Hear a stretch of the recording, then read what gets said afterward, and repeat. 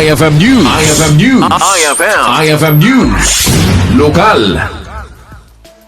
Umabot ay 10 milyon na pisos tinayalokara para iti pan nga kaipaay ti subsidiya karay iti agduduma sektor iti ili ti badok gapo iti oil crisis.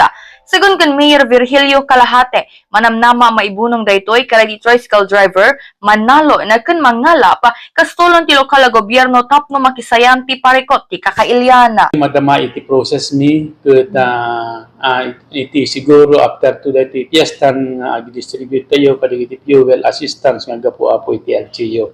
Aside to kadigiti agapo iti national nga madamot apo iti agapo iti pundo iti LGU babaen iti RA 7171 tayo.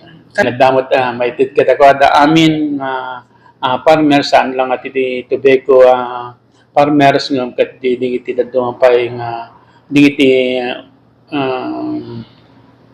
farmers nga original ken customer dagiti fishermen tayo. Manot awatan da sir wenno mano amin nga pondon to ti maited. Nag-allocate kami ti 10 million. Dito it depends ka di area digiti mulmulaan da. Digiti tobacco farmers and customer digiti regular farmers tayo. Kabiyatan na in panamnama ti Mayor asi sasagana da tumulong iti baot ti krisis titoy Pagilyana. Para iti IFM News, Idol Bernadette Toledo, Tatak, IFM. IFM News. IFM News.